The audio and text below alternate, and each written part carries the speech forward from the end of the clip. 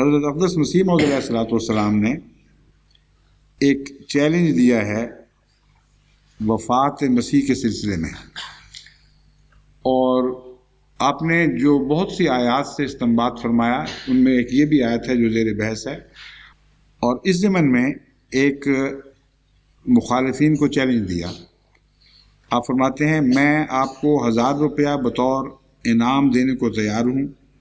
اگر آپ کسی قرآن شریف کی آیت یا کسی حدیث قوی یا ضعیف یا موضوع یا کسی قول صحابی یا کسی دوسرے امام کے قول سے یا جاہلیت کے خطبات یا دواوین اور ہر ایک قسم کے اشعار یا اسلامی فصحاء کی کسی نظم یا نثر سے یہ ثابت کر سکیں کہ خلط کے معنوں میں یہ بھی داخل، مجھے وہ یاد تھی اس لیے میں سمجھا یہ بھی وہی ذکر ہے،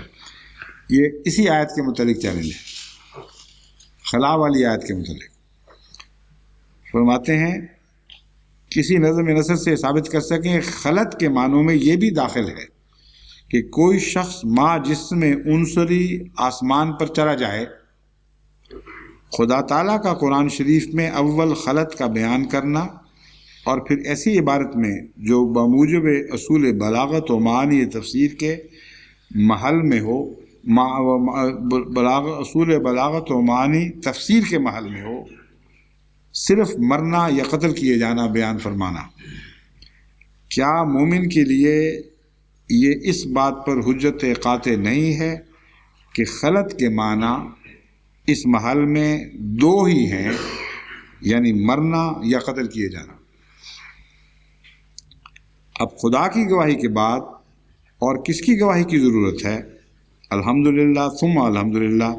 کہ اسی مقام میں خدا تعالیٰ نے میری سچائی کی گواہی دے دی اور بیان فرما دیا کہ خلط کے معنی مرنا یا قتل کیے جانا ہے۔ 2 باتیں اس چیلنج میں ہیں، ایک یہ کہ خلط کے مضمون کے لفظ کے تابع کسی قرآنی آیت یا کسی اور اہل عرب کے استعمال یا حدیث قوی ضعیف وغیرہ وغیرہ سے یہ ثابت کر دو کہ جب کسی شخص کے متعلق خلط کا لفظ بولا جائے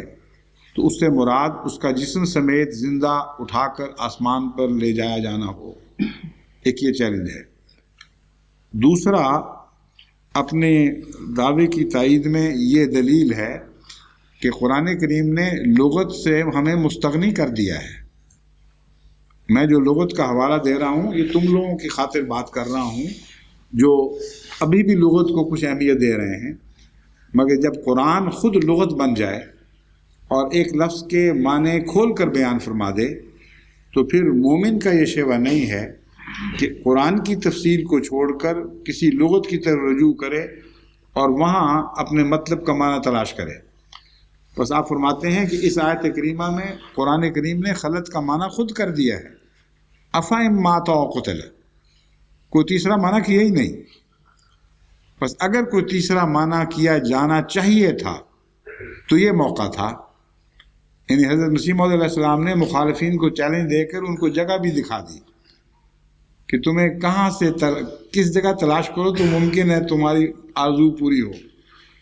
وہ موقع یہ ہے کہ سارے انبیاء کے لیے خلا کا لفظ استعمال کیا جا رہا ہے، اور تمہارے نزدیک ایک مسیح ایسے ہیں جن کا خلا جسم سمیت آسمان پر اٹھائے جانے کے ذریعے ہوا تھا، تو فرمایا جگہ میں تمہیں دکھا دیتا ہوں، وہاں سے نکال کے دکھا دو کہ اگر خلا کا معنی کسی دور کے خیال سے بھی جسم سمیت اٹھایا جانا ہوتا تو یہ موقع تھا کہ اللہ تعالیٰ اس کا ترجمہ فرما دیتا اور یہ کہتا کہ پس اے محمد تجھ سے پہلے پس اگر تو بھی خواہ موت کے ذریعے یہ جہان خالی کر دے یا قتل کے ذریعے یہاں سے رخصت ہو یا جسم سمیت تجھے آسمان پر اٹھا لیا جائے جیسا کہ مسیح کو اٹھایا گیا تھا، تو پھر ان لوگوں کا کیا حق ہے کہ وہ مرتد ہو جائیں یا بھاگ کھڑے ہوں؟ حضرت مسیح موعود علیہ السلام نے اس موضوع پر جو کچھ فرمایا ہے وہ ایک لمبا مضمون ہے، وہ اس موقع پر وہ چھیڑا نہیں جا سکتا ہے۔ حضرت مسیح موعود علیہ السلام کی بہت سی کتب میں بڑی تفصیل سے ویسے ملتی ہیں۔